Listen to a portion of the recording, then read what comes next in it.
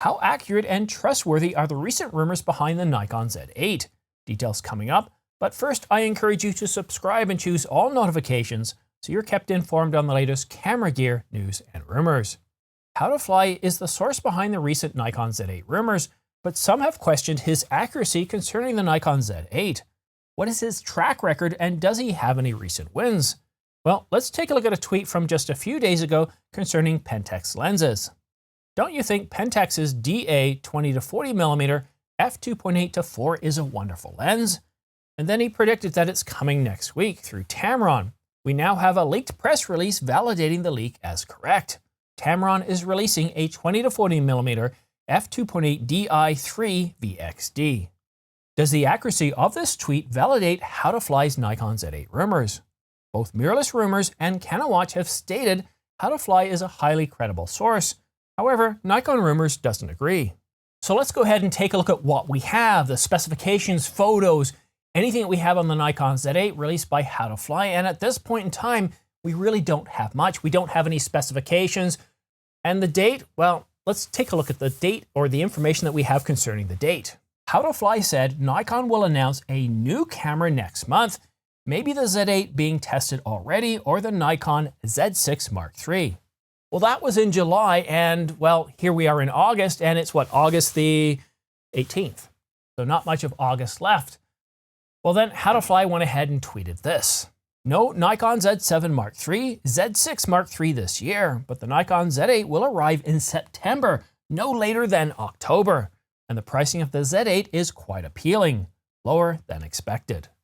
So the first tweet on when the Nikon Z8 was supposed to be announced came in middle of July. And already here we are in the middle of August, and we get another tweet saying, well, not so fast. It's most likely going to happen in September or October at the latest. Now, the first tweet did say it will happen in August. And considering it was only a month prior, you'd expect it to be pretty correct. And normally this would be enough for me to say, you know what, I don't believe this in any way whatsoever. But what we've seen countless times from Canon Rumors and others, sources that are really quite accurate when it comes to predicting what we're going to be seeing through forecasts or rumors, things they keep getting pushed time after time, sometimes year after year.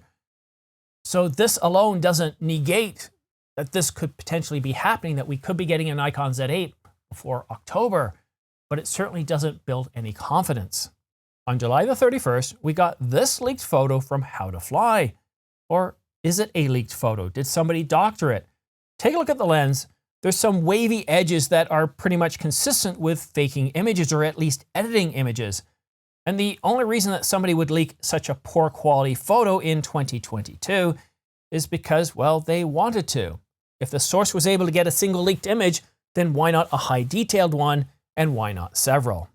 And I do like the leaked photo. It gives us an idea of what it potentially could be. As humans, we like something that's tactile, and the absence of something tactile, something visual. And we do have a visual here, but again, I'm not overly confident with this. And we saw this when it came to the Panasonic GH6 and the OMD1 earlier this year. We had some leaked photos, and at first they were terrible. There weren't enough detail. And then shortly after that, as the market complained, that the rumor market, that is, that these just aren't detailed enough, well, we got some more detailed photos. And it's the same thing with this single leaked image. The detail isn't there, and even if you're taking it with an iPhone or even an older iPhone at night, well, you should easily be able to capture a much better photo. And if you're afraid of putting the flash off for some reason, well, then capture video, and you can capture all sides and everything at once. I'm sorry, a single blurry, low-resolution leaked photo of the camera just doesn't do it for me here. I'd expect something more, and yes, there are some suspect editing marks on this image. So it's really hard to say that, yes, this is exactly what the Nikon Z8 is going to look like. Now, at this point, one thing we do know for sure is there is going to be a Nikon Z8. And this form factor that we see in this supposed leaked photo is, well, to me, accurate representation of what it could look like. It's not going to have the same size as the Nikon Z9. It's going to be more of a smaller form factor that we see in other professional level cameras like the Canon R5. And How to Fly also brought us this leaked code from Nikon. But this is the exact same code for the Nikon Z9 page when it was released a year ago. So here we are. It's August the 18th. We've had an awful lot of discussion on the Nikon Z8 for some time, and we seem to have two camps right now. The one camp that's kind of centered around how to fly and considers it to be a valid source, that's talking about the Nikon Z8 coming out essentially this summer, all the way up until, well, into the fall, into late October. We have a leaked photo, but that's suspect, and we don't have any leaked specifications for a camera that was supposed to come out a mere month from, well, the middle of July. Here we are today in the middle of August, and we still don't have any leaked specifications, and that is a little bit suspect. But again, that in itself isn't a reason to doubt this. Think back to, well, last year, the Canon EOS R3. We didn't get any leaks about that camera until about 12 hours before, and even then we didn't have any specifications. Canon kept that camera completely under surprise. So it is probable, it is possible that Nikon has been working on the Nikon Z8 for many, many years. They already have a camera that's been tested and they are ready to release it, but things are getting delayed. So it is very much possible that they kept everything under wraps, including the specifications. But there's many other things here. There's the date range that, and again, I've been covering rumors for many, many years, and this one here seems to be, well, at this point, conjecture at best. We don't have anything that leads us to believe that it's accurate. And yes, How to Fly did get it correct about some Tamron lenses that are due to be released and announced next week.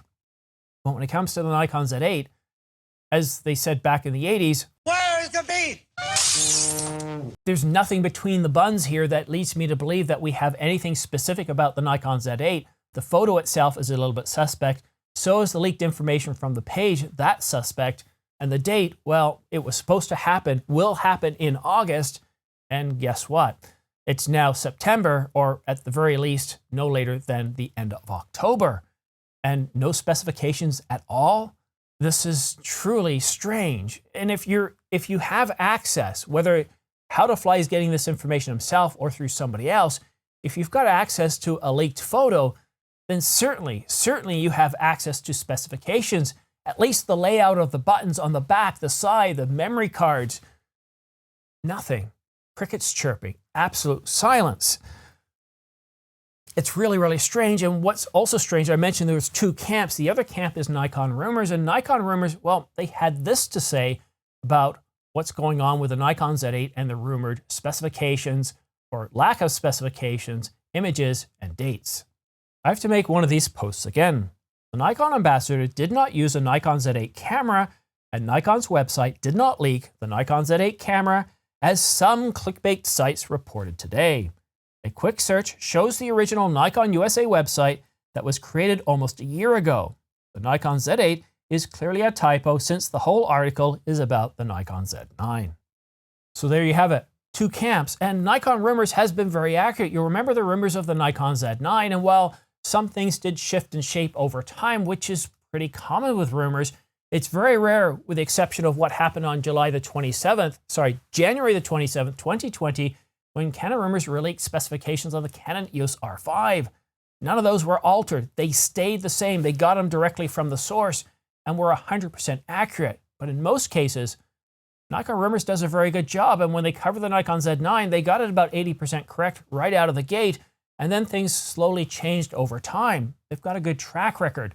But calling those that cover these rumors and specifications as clickbait sites, I think is a little bit harsh. We're talking about rumors after all. These are not facts. This is not independent journalism here. We're talking about cameras, things that we really, really love, things that we use for our own hobbies or for our own professional gear. And when talking about rumors, everybody knows, you know, that it's not 100%, not until we get an announcement. And in most cases, as I mentioned yesterday, that rumors don't turn out to be true until we actually get the announcement, which, well, is when everything happens. I love rumors because it gets me excited about what may be. I'm not making any purchasing decisions, but if there's an awful lot of noise about a certain camera, such as the Nikon Z8, and I own the Nikon Z6 or Z7, I'm looking at buying a new camera, then yes, I might hold off a purchase until I see what becomes of this.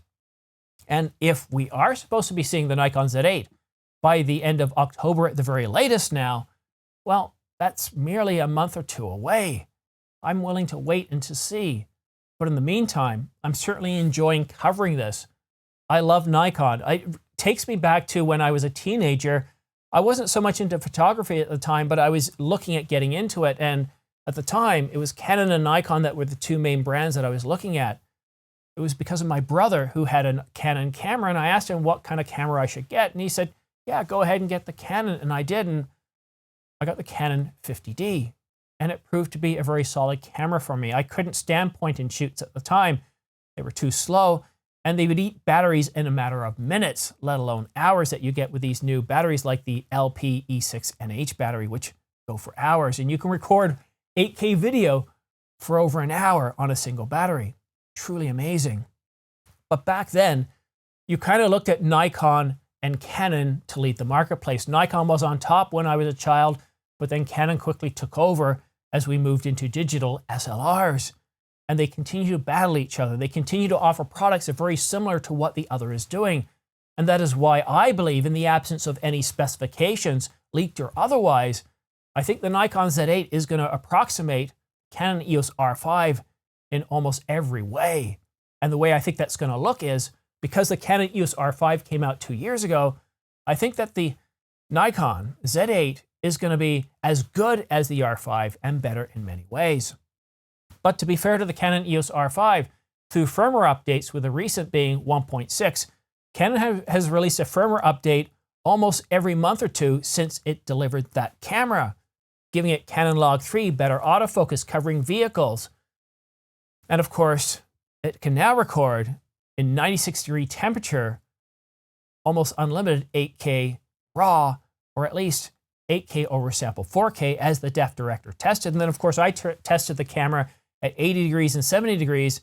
And with that new setting, I was able to record indefinitely. And I just recently did a live stream for 2.5 hours in 80-degree heat, and not a single sign of overheating with that new mode turned to high. So I do think that the Nikon Z8 is going to be coming out. I don't know if it's going to be this year or not. I don't know if it's going to be next year or not, but it makes an awful lot of sense. The Nikon Z7 Mark II doesn't completely capture what Nikon customers want. Neither does the Nikon Z6 Mark II.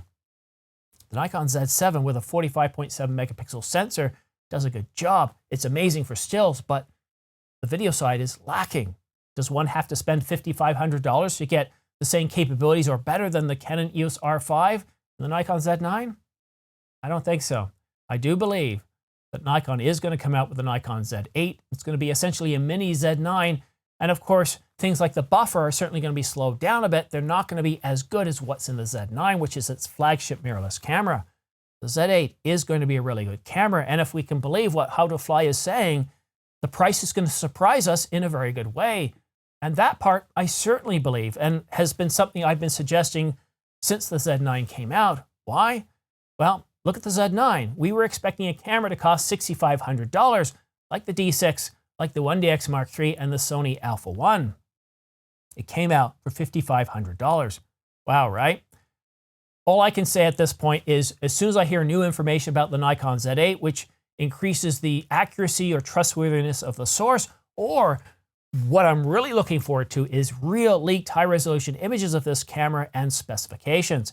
And if you want to stay up to date on the latest camera news and rumors, specifically in the Nikon Z8, then please subscribe. If you've been watching my channel for a long time, please subscribe. But make sure you choose all notifications, because by choosing all notifications, as soon as I release a new video, you're going to get notified by YouTube, so that way you can stay up to date on the latest camera news and rumors. Thank you so much for watching. We'll see you again soon.